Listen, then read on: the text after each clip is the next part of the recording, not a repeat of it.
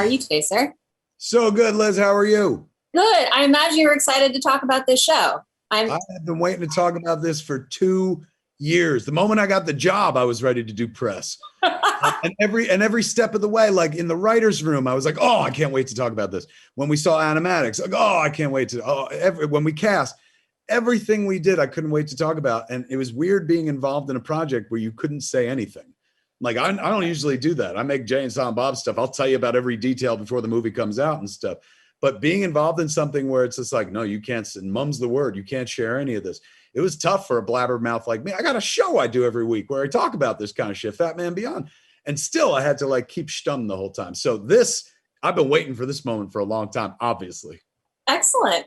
Well, I've seen the first 5 episodes and it's fascinating. And the thing I want to know first is what was the pitch you went in with this for this? The pitch was essentially my pitch. The original title of it was Masters of the Universe, the End of the Universe. So the pitch was pretty much what you've seen so far. You guys haven't seen part 2 yet, but it's very much that story. The idea I had was like, I looked at He-Man as Superman. I'm a big comic book guy and stuff. He has a secret identity, just like Superman, Clark Kent to Prince Adam and stuff. But with a character like Superman and a character like He-Man, you have the impossibly powerful character. So He-Man is so strong, he can do like literally anything. And if there's things he can't, well, he has the sort of power to take him the rest of the way, for heaven's sakes. That doesn't create a lot of compelling drama. If you're like, well, he's going to win. He's always going to win because he's the most powerful man in the universe and stuff. So the idea was like, all right, what happens if you remove Superman from Metropolis? Everybody depends on this cat. He's the epicenter of everybody's life. To me, it was an interesting story to be like, all right, let's pull this element out and see how the world reacts without him. And so that was the story that I pitched. And Rob David at Mattel Television was like, I like this. Let's take it to Netflix. And I was like, we're going to pitch this to Netflix? And he was like, Netflix is doing it. And I was so delighted at that point because like I'd gone in to pitch so many things at Netflix, 5, 6 things prior to this. And they'd always been like, oh, you're the guy that made Mallrats. We love you. And they never pick it up. So like when we went into Netflix, this show was a done deal. It wasn't even me going like, please, you got to pick it up. They're like, oh, we're making this show. It's a question of whether you're going to be involved. So then I pitched to Teddy Biaselli there, and he went for the story in a big bad way. And he's like, you're the guy. Let's go forward. So I got lucky, man, that they liked the story. And every time I watch the episodes, and I've watched them in every incarnation, as animatics, as fully blown animation, scoreless, without scored, temp soundtrack, without temp soundtrack. I have this like insanely gratifying feeling of like, oh my God, somebody gave me something really important to handle. I'm not that guy. Nobody ever gives me anything important. I handle Jay and Silent Bob, and they don't even want me to do that. So to give me something that like is a legacy franchise that people have known for a long time, and they were like, we think you're the guy, was honestly made me rise to the occasion. Like, and Teddy was like such a wonderful boss. Like, I've never had this experience where a creative exec in charge of the project is more creative than the people tasked to create the project itself. He loved this stuff so much as like all of us enjoy He-Man, the Masters of the Universe. This is Teddy's religion since he was a kid. And he very seriously said, like, after I pitched, he was like, I love that. He's going, I think you're the guy. This is what I'm going to tell you. He's going, when I was a kid, I watched every episode and I loved it. And I assumed that He-Man would be killed by Skeletor. I was so scared.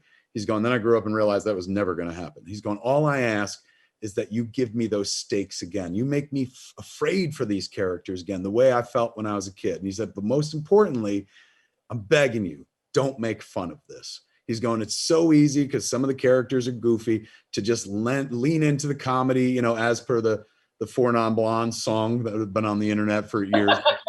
He's like, don't reference that. Don't make jokes at their expense. He's going like, this is a deep bench of rich intellectual property, as deep a bench as Marvel or DC has. He's going, all I ask is that you treat them like Shakespeare.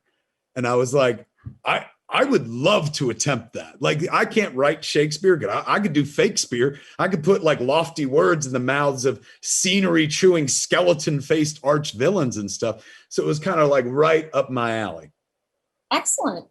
Talk to me a little bit about the voice casting, just because, there's some really great actors here, and they're not doing stuff you would necessarily assume they would do.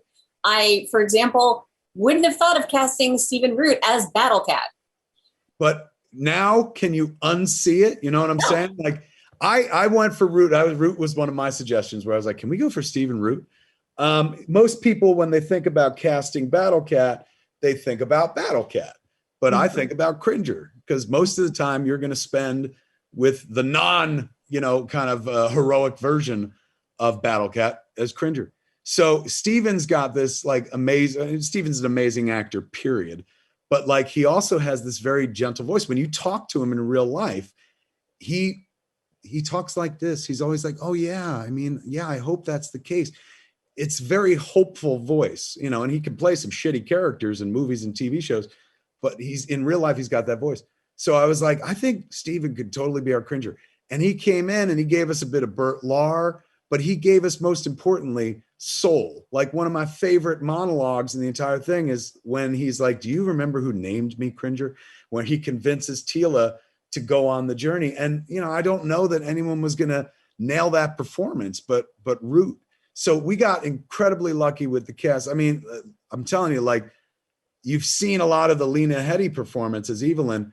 Wait until you see part 2. Like, they should give her an acting award for part 2, if not part 1, because she transcends. Like, everybody stepped up to the mic and brought this incredible A game. Nobody like whiffed it. Nobody was just like, what are we doing? Yeah. Like, everyone brought passion, because a lot of people were familiar with Masters as children. It was a part of their lives. Or in the case of Mark was like, I remember the year that I had to personally call Mattel to try to track down a fucking Castle Grayskull for my kid. So he's like, I'm well aware of Skeletor in the Masters universe. And you had people joining for that reason, man. So it was bliss. And we got huge names. A lot of cats I've worked with before, like Diedrich I've worked with before, Mark I've worked with before, Chris Wood, who plays our Prince Adam and He-Man, I've worked with before. He was on Supergirl, the episodes I've done. Jason Mewes is our Stinkor. I think I've worked with him somewhere in the past. So forth and so on. There were definitely people I worked with. And then the rest was made up of like people whose work I just really dug.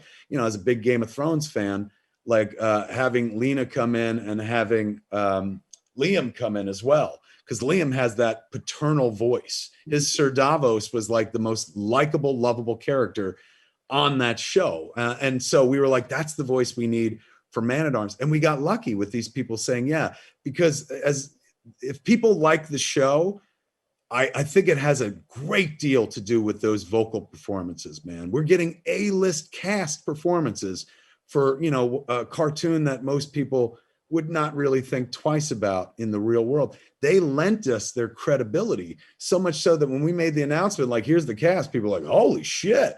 Like, wow, I want to hear what that is. And that even like lifted my credibility. People like, hey, fucking good for you. It ain't just like fucking Clerks all the time, is it? You're rubbing elbows with the big stars and stuff. But it became like one of my favorite things I've ever done. I put this side by side with Clerks at this point, shoulder to shoulder. I think, honestly, this is the one they'll remember me for with Clerks. They'll be like, he made Clerks and he got to play with He-Man once when I die.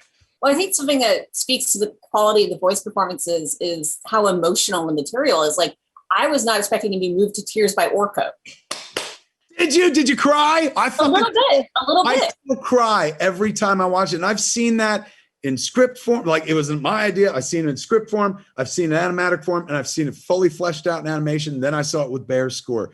Doesn't matter. It always makes me cry, because that is the heart of heroism. Somebody who can't, who's going to try no matter what. Somebody who's going to put their life on the line for everyone else. Like, in the story, we have this fellowship, and Orko is the weakest link, as he's always been. And in that moment, he gets this incredible glow up to send him out for good. He was somebody we were concerned about when we sat down in the writer's room, because we're like, Orko's the weak spot, because a lot of people hated Orko, but we're like, rather than get rid of him, how do we make people fall in love with him and then get rid of him, so that people are like, Orko's my favorite. What do you mean he's gone? And so that allowed us to create some compelling drama. But the secret to Orko, I swear to you, is Griffin Newman. Griffin, who performs Orko, the guy who performed Orko in the original show, who was one of the producers, I think is Lou Scheimer. He would record his voice, and then they put it through a filter to make it high pitched and sound like this. Griffin is not put through a filter. What you hear is literally Griffin just sitting there going like this and creating that Orko voice, which to me was so special because kids can come up to him in the real world. And if somebody's like, this is Orko, he could literally be Orko for them and not have to be like, well, I have to put on a filter on my voice. Griffin gave us such an incredibly soulful performance, and he sought that role.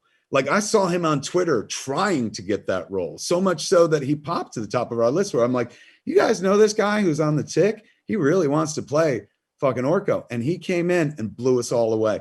And that performance, like one of my favorite moments of anything I've ever done, is when he's facing down Scareglow and he goes like, it's okay, Tila. Like I get fucking emotional. Like when he goes, I'm not scared. He's like, he can't scare. He goes, I'm not afraid. He can't scare me.